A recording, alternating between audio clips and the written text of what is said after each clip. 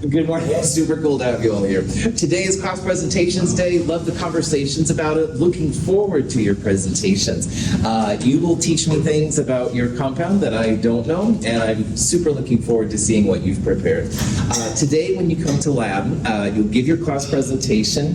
You'll turn in your class presentation paper, and the Kinetics 1 lab is due, but we won't go over problem set 6. We won't have a lab afterwards. So when the presentations are done, we're out of there today, basically. Are there any questions on that kind of stuff? Cool. All right. On Friday, we left off with a very introduction to what's called a mechanism. And in kinetics, we've spent now some pretty good time talking about how chemists figure out how fast or slow reactions go. The rates are usually, at least for us anyway, moles per liter per second or moles per liter per minute, something like that. And we talked about how the rate equals the rate law, rate constant K, different reactants, catalysts to their reaction orders. Reaction orders are only 0, 1, and 2. But the question that people want to know really is, why are some reactions faster and some reactions slower? All right. So like the reaction we did in Kinetics 1, those were pretty fast. But if you were waiting for an iron nail to rust, that's a pretty slow reaction and stuff like that. So the mechanism is the tool that scientists use to talk about how come reactions are fast or slow. People will postulate, i.e. create a theory as to why it is, and if it correlates with the experiments that are done, it's usually a pretty good guess. And understanding then why reactions are fast and slow will make things better. Up to this point, when we talked about chemical reactions, it was like reactants go to products. So imagine if it was me like here, and then I go over and I say, hey, good to see you, Donovan. Anyway, it would be like before and after. But we haven't talked about how you go from reactants to products. And that's where the mechanism is. So, maybe I want to dance and before I go over to Donovan. I don't know. Or I could go way over there like I've done different ways. We haven't talked about the pathway to go from where you start to where you end. And that's what the mechanism is all about. Now, usually Mother Nature, like us, just wants to get it done. So it's pretty efficient. But we're going to talk about the ways to figure out how to figure out what the mechanism is. So this is the picture of the ski area from Vermont. If you're starting at the top, obviously the best way is just to go straight down if you want to be super efficient. And that's kind of what we've assumed so far in chemistry. But you could also take like this path and kind of wander over there and then wander down and stuff. And I would probably fall off the backside and have to walk around whatever because I'm a horrible skier. But anyway, there's many different ways to go from the starting point to the ending point. And the mechanism, that's what we're exploring in this section. Now, this is the chemist's version of the ski area, and it's obviously not as cool, so I apologize for that. But as we talked about on Friday, usually reactants are on the left and usually products are on the right. And so this is beginning to ending. And one thing you can see right away from this diagram is if you look just at beginning and ending, there is an energy difference. Now in this one, the products on the right are lower than the reactants on the left. So that means that energy was released. This would be an exothermic reaction. And that's one thing you can definitely get from a coordinate diagram like this one. But the new parts, though, is that there's going to be one or more of these humps, all right? And the humps are when the reactants are turning to products. So in this reaction, we're looking at a compound called methyl isocyanide. This is a CH3 methyl group. This is a nitrogen, and this is a carbon. Now, if you look at the formal charges of this, it's really bad, all right? It's not a very stable compound. And if you give it enough time, it will turn into the more stable methyl cyanide, which is also called acetonitrile compound. This has all formal charges of 0, stuff like that. So scientists have wondered, how does it go from the isocyanide to the regular cyanide? And through a lot of different studies, what they have found is that this cyanide group, which is a carbon-nitrogen triple bond, the cyanide triple bond, those pi bonds, actually bond with the methyl group. Now, this is like science fiction for us so far in this class, because carbon is not binding to another carbon or a nitrogen, it's binding to a pi bond. And that's really weird, all right? That's nothing we've talked about and stuff. And this is an example of what's called an activated complex. It's an intermediate between where you start and where you end. And these things are going to be very strange. You'll see carbon with 5 bonds or carbons with 3 bonds. And again, from what we've studied this class, that's illegal, all right? But at the activated complex, this is what you need to get from reactants to products. And there are some ways that people can use spectroscopy and stuff like that to find it. So the activated complex is like an intermediate between where you start and where you end. Sometimes there will be more than one step. This one is a single step, and it's really strange. But more interesting than anything is there's an energy gap between where you start and this activated complex. It gets the symbol E sub A. E sub A, we're going to see, is the activation energy, or the energy of activation. And this hump right here is why reactions are fast or slow. If you have a small energy of activation, it's easy to get to the other side. So imagine here that I'm a reactant, products are on that side. If that barrier is low, heck yeah, no problem. I can do it. Pizza Boy can do it. However, if it's large and I have to climb or something, oh, I better be more devoted then to get to the product side, because it's a lot tougher. And chemists, reactions are the same way, all right? Small humps, easy to get over, so faster. On the other hand, if you have a large hump, then you have to be a little bit more devoted, and it's going to be harder to get to, a little slower.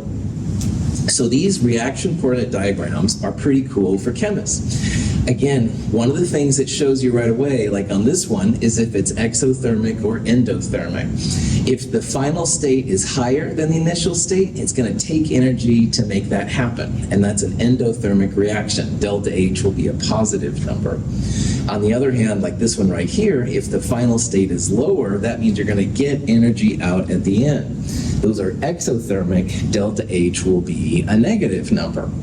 So that's one thing that it totally says. And this is something you can measure in the lab. You can measure, like we did in the OP lab in Chem 221, if you were with me there. It's something that can be measured pretty readily, and you can correlate it. But this activation complex, or activated complex, is a really interesting phenomena. You're going to see some chemistry there, which is very unusual for all the stuff we did in Lewis structures. But it only lasts for like femtoseconds, a really small amount of time. And it is what's necessary to go from the reactants to the products. This E sub A is also a really important thing for chemists. It's called the activation energy, or energy of activation, and it's literally a barrier for reactants going to products.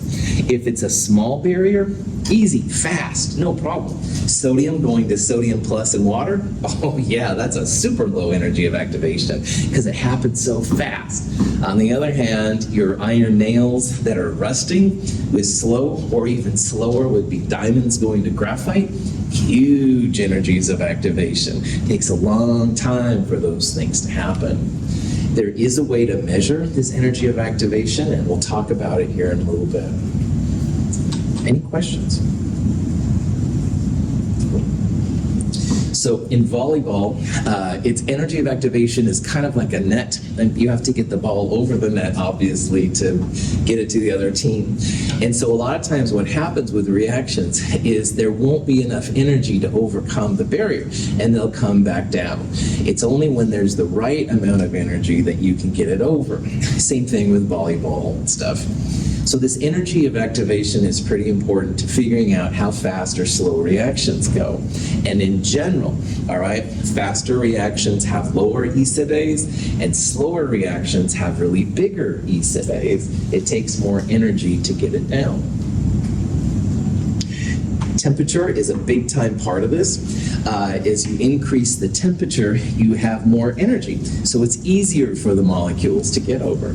So imagine there's a big barrier in front of me. If it's cold like it is outside, I'm like, home. I just want to stay home and, play Starfield or whatever. But if it's warmer, then it's like, well, okay, I got more energy I can get over. So, and chemical reactions are the same way. We talked about how the rate constant K is temperature dependent. And that's what we're seeing in this graph right here. There's definitely a relationship between the rate constant K and the temperature. And the temperature just allows more of the molecules to jump over that barrier and become products. So because K is temperature dependent, we can use that to find this energy of activation, the activation energy, which again determines how fast or slow reactions go. So, here's a cool video, I think. A solution containing hydrogen peroxide is added to one containing iodide ion and ascorbic acid. This is a clock reaction, where after a small initial fraction of the hydrogen peroxide has reacted, a color change occurs. The iodine has a dark color, while the iodide is... The same reaction can be performed at low temperature.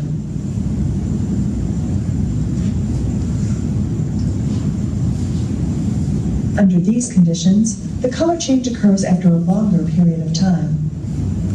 So this one, if you see here, was 54 seconds, so less than a minute.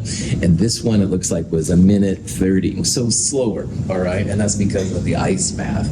Now, if you heated this up in a hotter bath, it should take even less time than that. So that's another thing about these problems. As you increase the temperature, almost always reactions will go faster.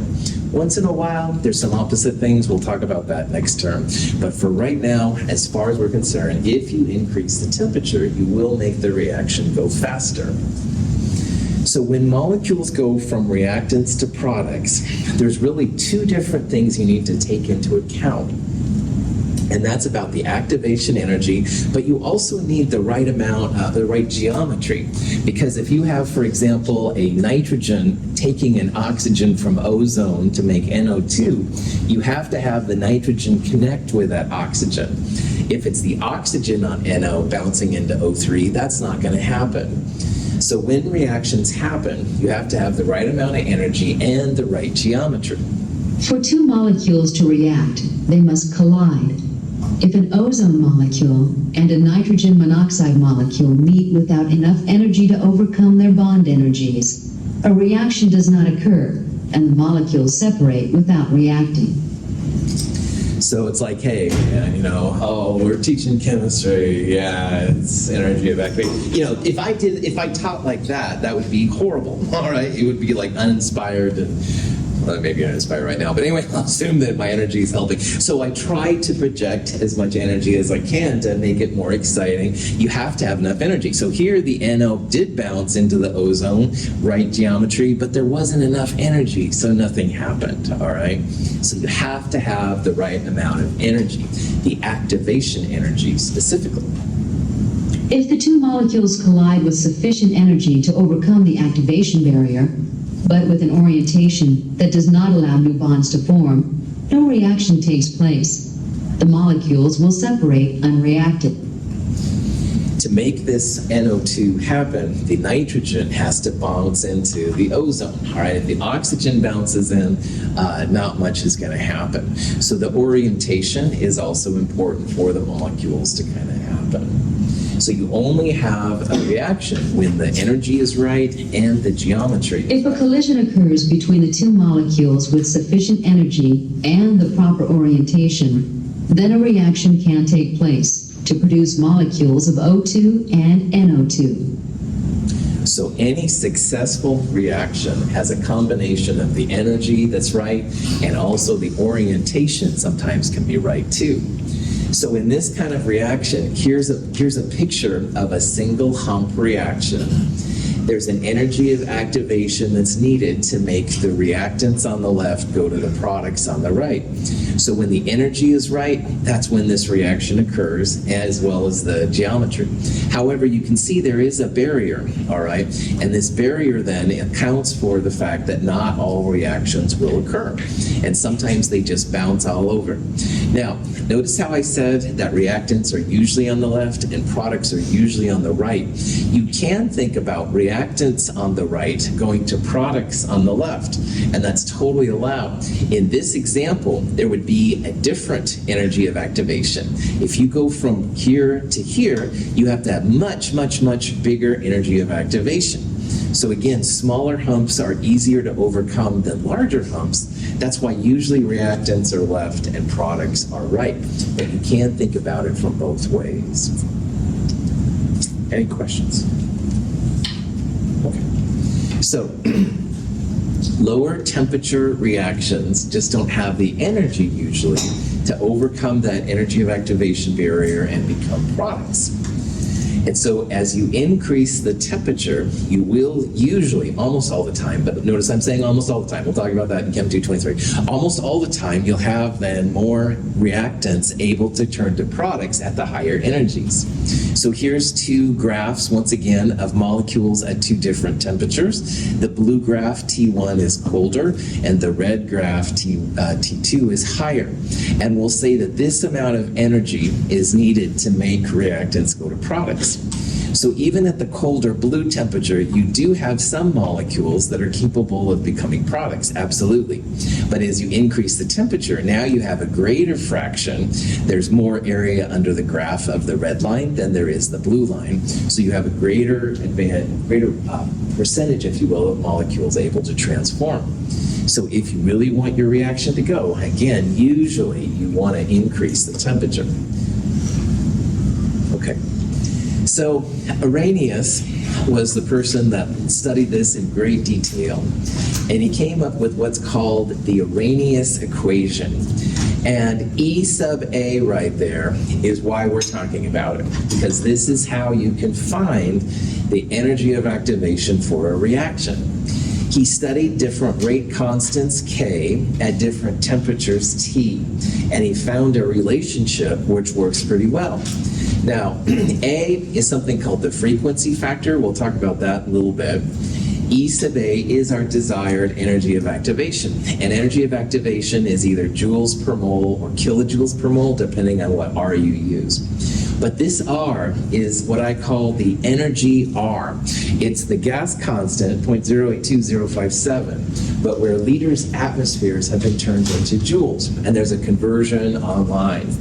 Almost always when people talk about energy and they need the gas constant, they use this 8.3145, and that's the number that you should use. So, gas laws, 0.082057 dominates. But basically from here on in now, also osmotic pressure, they use that one.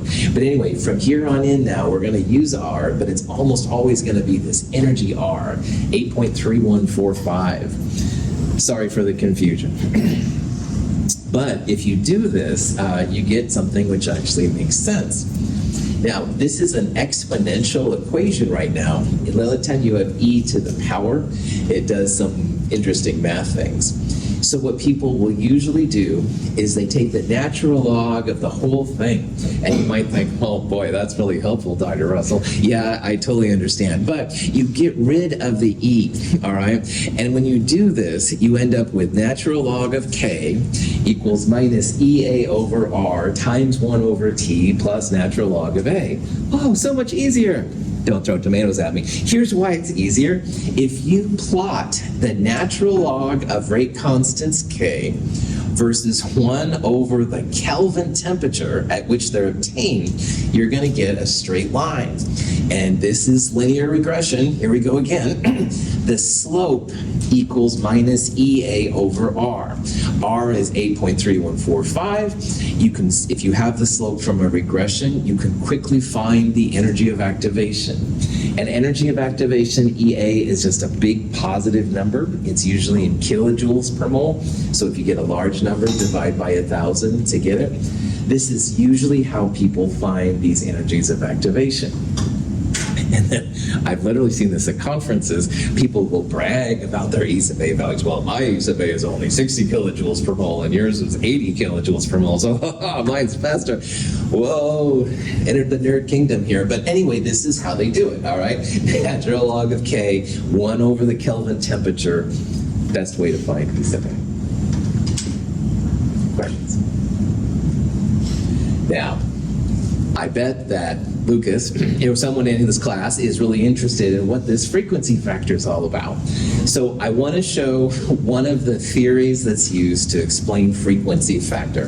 Frequency factor is still something that scientists are kind of figuring out what it is, but this is what I think the best explanation of it is. The frequency factor is related to something called the entropy. And we're going to spend a lot of time in Chem 223 talking about entropy, but entropy is kind of disorder, and it's related to the geometry, I think, of how these things come out. So one theory that's used to explain frequency factor is that there's these two exponential things. Kb is called the Boltzmann constant. You don't have to know that, but that's what it is. Temperature in Kelvin, Planck's constant, we saw in Chem 221, pops in there. There's the energy R, but people are interested sometimes in this entropy of activation thing. We're not going to worry about this number, all right? What you need to think about when it comes to frequency factor is it is a positive number. It's usually a bigger positive number. You can calculate it from the y-intercept of a linear regression. The y-intercept will be a number, and that equals natural log of a. So if you go little e to the power of your y-intercept, you can get the value of this, and then one day maybe you'll go after the entropy of activation. Not in Chem 222. So if you're curious what that little big A thing is here, it has to do with more or less about how geometry plays a factor when it comes to reactions. Questions? But again, we won't calculate any of that stuff. I just wanted to show you. Okay, now another thing I wanted to point out here is that so far we have seen these reaction coordinate diagrams with just one hump. All right, and the humps are important too. Most reactions in chemistry, at least for what we've looked at, are what they call single step, and that just means reactants go to products. So if you see a single step, a single hump on your reaction diagram, that means you have a single elementary step. Elementary step refers to the number of humps you have. So a single hump is officially called an elementary step. We're going to see some pictures where there's two humps or three humps. That would have 2 or 3 elementary steps to them. But the sum of all of those is still going to be reactants going to products. Now, this is an example of a reaction from organic chemistry where fluoride is going to displace the chloride on the carbon, and this is a single elementary step. When a fluoride ion approaches a methyl chloride molecule, a bond begins to form between the fluoride and the carbon. The molecule's carbon-chlorine bond lengthens and becomes weaker. The energy of the system increases. As the carbon-fluoride bond forms, and the carbon-chlorine breaks, a configuration of maximum energy is reached, called the transition state. As the reaction proceeds to completion, the energy of the system decreases. So in this reaction, fluoride is pushing chloride out. So initially, fluoride is not connected and chloride is, and at the end, chloride's not connected and fluoride is connected. All right, but now what we're seeing is how this actually happens. And they figure that this little top of the hump, the activated complex or transition state, same name, is where carbon has 5 bonds. Now again, I want to point out how this is true, like science fiction chemistry style, because carbon can only have 4 bonds. I made a big deal of it when we did Lewis structures. This is a high energy state, and carbon is not happy with 5 bonds. But for a little bit, that's what actually happens. Fluoride connects a little bit, it begins to push chloride out, and then at the end down here, chloride is pushed out and fluoride is connected. So this is a single step. You have one intermediate. Reactants are higher than products. It would be an exothermic reaction. Energy would be given off. One new term here, this is called a bimolecular reaction. Bi means that 2 reactants are coming together to make a product. So at the end, you have just one product. Some reactions are unimolecular, which means just one, and some reactions are actually termolecular. But bimolecular just means you have 2 pieces coming together to make some new products. Any questions? Okay. Unimolecular, bimolecular, and termolecular are three terms that are pretty chill. They just represent how many reactants are coming together in one of those humps. So in the last example, you had fluoride and the carbon species, two species, that was bimolecular. Once in a while, you'll have what's called a unimolecular. That's like one compound breaking down, all right? It happens with usually larger organic molecules, but that's just like one piece breaking up to more than one piece. Once in a while, you'll have what's called a termolecular. Termolecular means that three different molecules are coming together to collide. Now, like I said, bimolecular is by far the most common version. Once in a while, you'll have unimolecular, and once in a while, you'll have termolecular. And why you don't have a lot of termolecular is that, let's say that I said, oh, I'm going to go see Dune 2 today. All right, I can figure out my schedule and go see it. But then I say, hey, Donovan, do you want to see it? Donovan goes, heck yeah, I want to see it. Oh, but I've got my blank fill in the blank today. Can we go tomorrow? I'm like, sure, that's fine. So having one other person is absolutely possible, but then you have to reconfigure. But then I say, well, Jacob, we should invite Jacob, definitely. And Jacob says, sure, I want to go, but oh, I've got something tomorrow, Tuesday. Can we go on Wednesday? So as you get more molecules coming together, it takes more and more. I don't know what you're doing. No, the joke is I'm actually going to be seeing it tomorrow. Oh, all right, profit off. I saw Dune 2 this weekend. Oh my goodness, that was incredible. But anyway, profit back on and Dune it. Yeah, okay, I'm not going to say anything more. But anyway, you've got something to look forward to. All right, profit back on. Sorry, you don't have to like you don't even have to like science fiction to do well in class, although it probably helps. Anyway, profit really back on. Sorry. Termolecular. So it's harder to coordinate three people to do anything, all right? It's hard to get three molecules to come together with the right energy and the right geometry. So even though there's several entries down here for termolecular, they're pretty rare. So again, bimolecular is definitely the most important one. Now, let's look at bimolecular here. Notice there's two options. One of them is having two molecules of the same thing come together. One of them is having molecule A and a molecule B come together. And what I want you to focus on is here on the right. Notice how if you have two molecules of A coming together, the rate has a second order A dependence.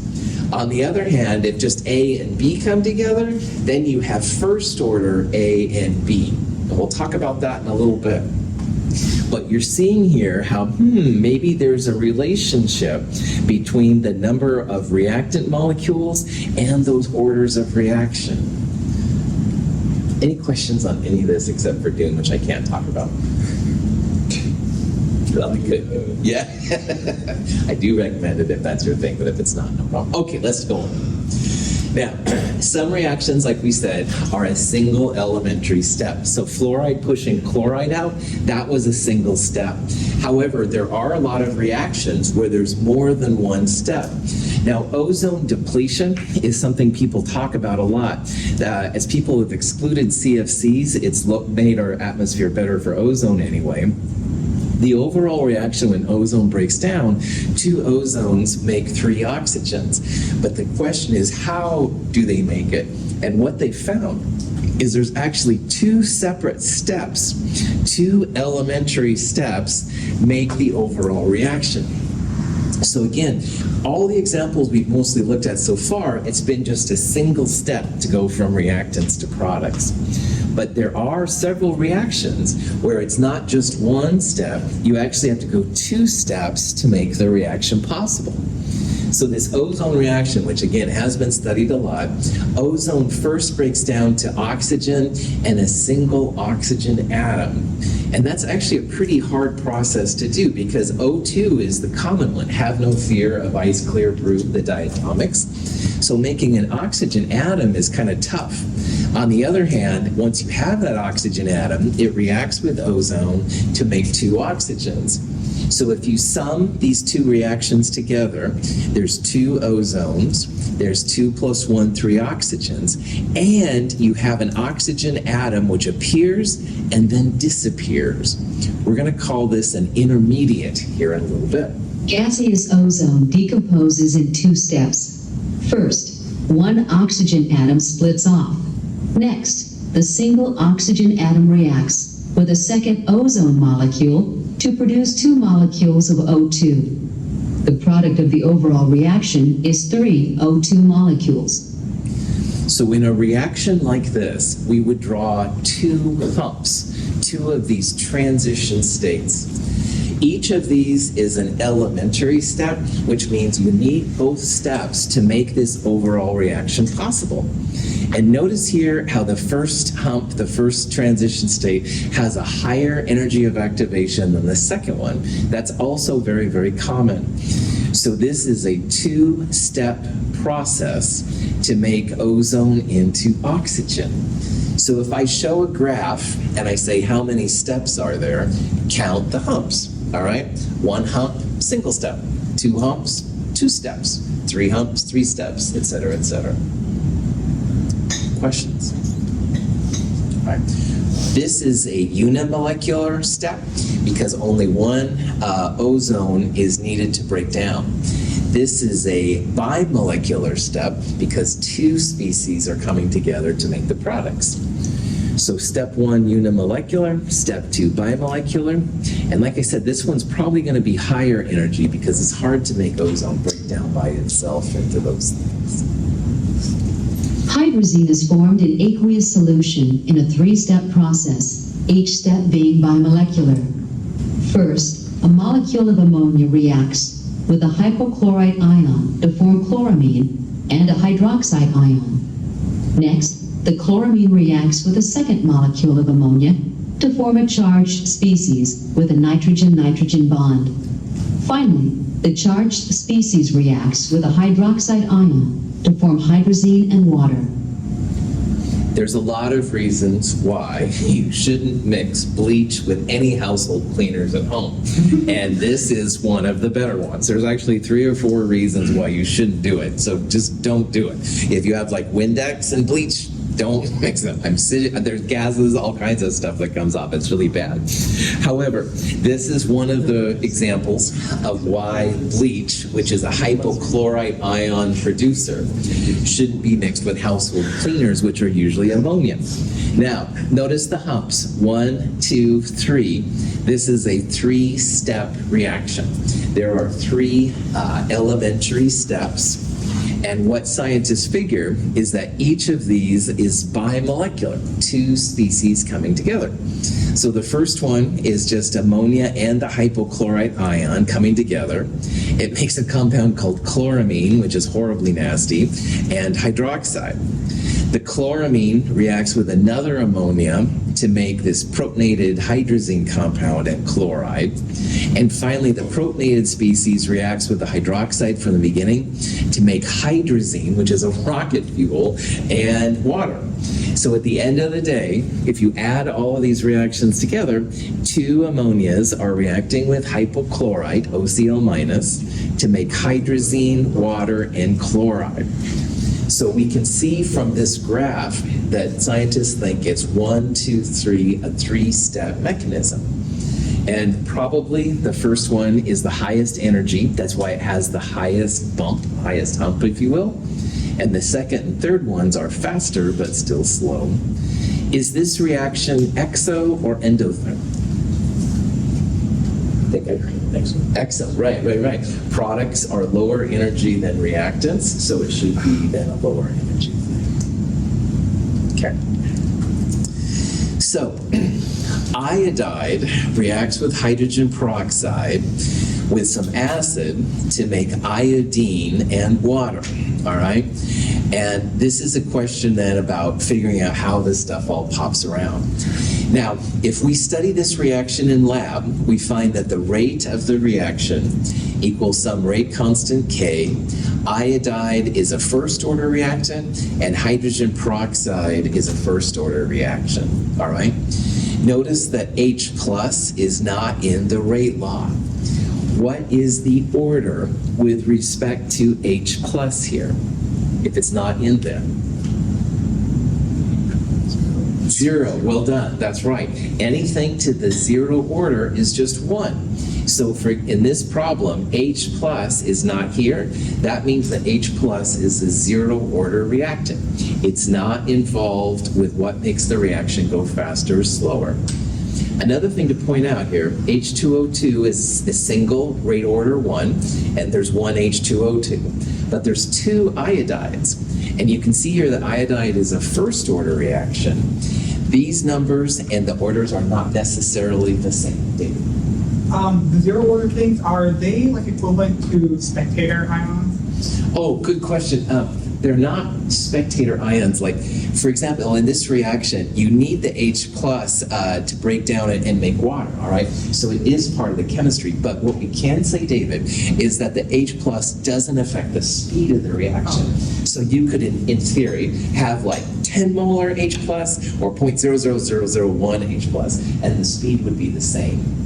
If you mess with the iodide concentration, that will definitely make it go faster or slower. And the same thing for hydrogen peroxide. But this doesn't affect the speed. So David's point is really important. You still need the H plus to make this transformation possible, all right? Like there's 4 H's here and there's only 2 H's there, so you do need those 2 H's to make the products.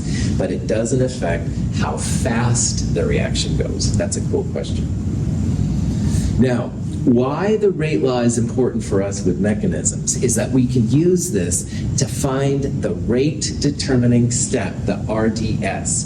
And the rate determining step is literally what makes the slow step in a mechanism. It's what makes the reaction go faster or slower. And zero order reactants are not going to be part of the rate determining step. So again, this is something we would do in the lab, and what we'd like to do now is make a mechanism which correlates with this rate law. We still need H plus to be a player, like David asked about. That was really cool. But what we're seeing here then is that in the slow step, the rate determining step, you're going to have iodide reacting with H2O2. So let's see how this works out. So this is what scientists think happens when you transform hydrogen peroxide and iodide in the presence of acid to iodine and water. They feel that it's a 3-step process, all right? And in the slow step, you're going to have 1 iodide and 1 H2O2. And we know that because those are both first order reactants. And the slow step is going to be the combination of those slow pieces together. And so what they feel is that these two come together to make the hydrogen hypoiodide ion or hypoiodous acid and some hydroxide. And this isn't the most stable acid of all time, so it's a little weird. And once it's made, it quickly reacts with the second iodide to make iodine and hydroxide. And then at the end, the hydroxide and the acid comes together to make water. Now, this is something that a scientist theorized. And you can imagine, like, well, are you sure they know what they're talking about kind of thing? A good mechanism, if it's correct, you can add these steps together in order to give the overall reaction. And sure enough, if you look at that, on the reactant side, there's 1 H2O2, there's 2 iodides, and down here at the bottom, there are 2 H pluses. So that's good, and on the right side, you'll end up with iodine and 2 waters. However, there's also 2 hydroxides here. They're canceled out in the final fast step. And the HOI is another thing that's canceled out. It's created here and then used up there. So all of these reactions are essentially bimolecular, all right? 2 pieces coming together to make things happen. The H plus is important. David, I love your comment. The H plus is important. You need that to make the water and the iodine. But H plus is part of the fast step. So you know when people say sometimes that a chain is no stronger than the weakest link? Well, reactions are no faster than the slowest step. And this slow step, we get a hint from here. It's 1 iodide and 1 H2O2 coming together to make the other things. The HOIs and the OH minuses, those are intermediates. They're not part of the overall reaction. Questions? So here's a problem that you might see. all right? We've got some NO2, and it's reacting with CO, and it's thought to occur in 2 steps. So if we had a reaction diagram, 2 steps would mean 2 humps, all right? And in the first step, NO2 and NO2 come together to make these, and in the second step, NO3 and CO come together to make these 2 right here. So the question is, which of these would correspond to the mechanism if this is a legit reaction, all right? And the key to answer this is to look at that slow step. Now, in the slow step, you have NO2 and NO2 coming together, 2 NO2s. So if 2 NO2s coming together is the slow part, that's going to be reflected in the rate log. So if this is a legit mechanism, we would predict, based on the reactants of the slow step, that rate equals K times NO2 squared. Now, you do need CO in this reaction to turn into CO2. But CO, like the H plus we saw earlier, CO is a 0-order reactant. It doesn't affect the speed. It's part of a fast step. The slow step here is what's going to determine how fast your reaction goes. And because 2 NO2s are coming together, that's going to be a 2nd-order reactant. So the rate determining step is the slow step. The NO2s coming together are what makes this reaction slow, and those 2 NO2s appear as a 2nd-order reactant. CO is a part of this reaction. It's in a fast step, though. We would call CO a 0-order reactant. It doesn't affect the speed. The NO3 is an intermediate. Questions? In the companion and online, there's a reaction mechanisms handout that goes over this stuff in more detail too, so it might be worth it to check out if you have questions. Okay, so to summarize all this stuff, scientists in the lab found the rate law, and they found that iodine is 1st order, hydrogen peroxide is 1st order, and the acid was 0 order. So because this is the rate law, those 2 chemicals must be in the slow step. So that makes sense that those 2 would be in the slow step. Notice it has the highest hump here too. Slow step means highest energy of activation. It takes more energy to go through that first step. 2nd and 3rd steps are going to be easier, all right? Not as hard as the first step. So this mechanism is valid because rate is proportional to the iodide and the H2O2. And that's what we see here, and that's what you can confirm there, because in the slow step, the reactants, those are the only things that pop in. HOI and hydroxide both appear and disappear. 2 hydroxides appear, 2 hydroxides disappear. Those are called reaction intermediates. So let's say that David made this mechanism, and Lana says, well, I don't know, David, that looks kind of questionable. Well, David could find evidence for this mechanism being valid by maybe detecting HOI or hydroxide, because they're going to be there for a little bit and go away. And lasers have been wonderful in allowing a lot of scientists to find these intermediates. They have certain spectral frequencies and blah, blah, blah that can be found for like just a second, and then they go away. So sometimes these intermediates will give you evidence then that your mechanism is valid. And that's a whole nother field and stuff we don't need to go into. But. Questions?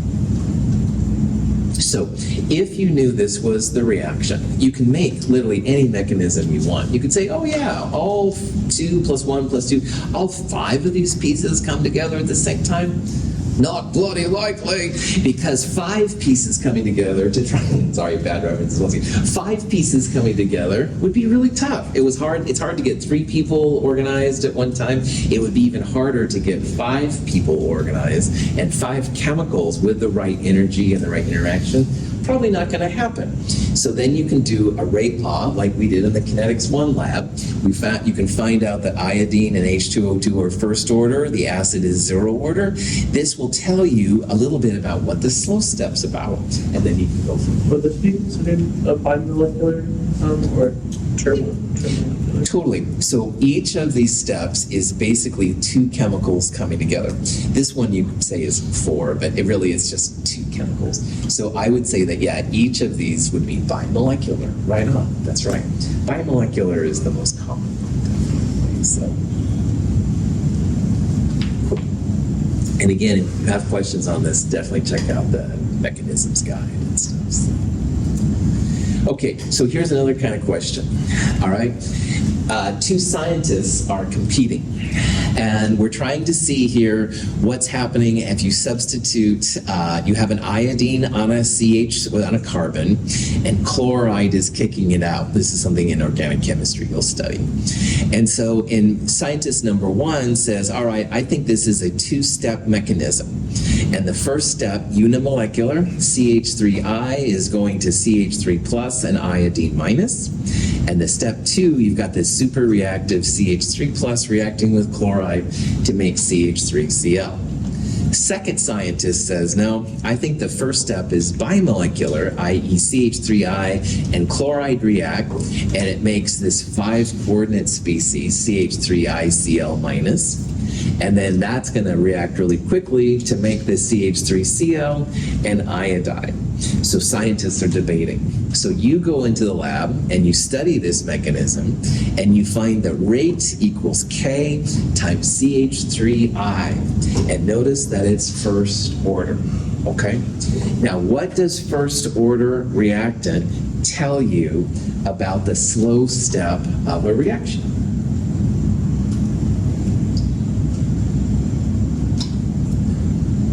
So notice that in this reaction, you have CH3I and Cl minus. Let's do that real fast. So the first step of mechanism one, CH3I, and it's going to, CH3 plus and iodine minus. Second step, that CH3 plus thing reacts with chloride to make CH3Cl. So that's step one and step two. Now, the overall reaction that's happening, you can add these two parts together. And notice here that CH3 plus appears, and then CH3 plus disappears. So this is an intermediate. It's something that appears and disappears in a mechanism, is called an intermediate. So the overall reaction is the parts that are left. So if you look here, there's CH3Cl plus that complaint, CH3I plus Cl minus, and on the product side, we have CH3Cl and iodine. So what we're arguing is this a unimolecular followed by a bimolecular, or is it a bimolecular followed by a unimolecular? All right? Now, focus on the slow step to answer these questions, because the reactants or reactant in the slow step will appear in the rate law. So notice, how many reactants do we have in this slow step right here? Just one. That's right. Just the CH3I. All right. How many reactants do we have in this slow step? 2. Okay. If mechanism 2 was valid, the slow step would be reflected down here in the rate law. So if mechanism 2 is valid, we would have CH3I and Cl minus. We don't have Cl minus in the rate law. In the first mechanism, only CH3I is part of the slow step. So the rate law, which is something you do in the lab, will tell you basically that CH3I is a first order reactant and chloride is a zero order reactant. It doesn't appear. So the only mechanism here which makes sense would have only CH3I as the only reactant in the slow step. So we would say here that mechanism A is the way to travel. Chloride, which is a reactant and important, is not part of the slow step. If it was, you'd have Cl minus to the first power right there. We don't have Cl minus to the first power. Apparently it's zero order. So that means that the slow step is going to only have CH3I. Chloride will be part of a subsequent faster step, and not affect how fast the reaction goes. Any questions on that? Okay, this is a good place to stop. We'll review a little bit more of this again on Wednesday because this is pretty important to mechanisms. Looking forward to your class presentations. Have a great day.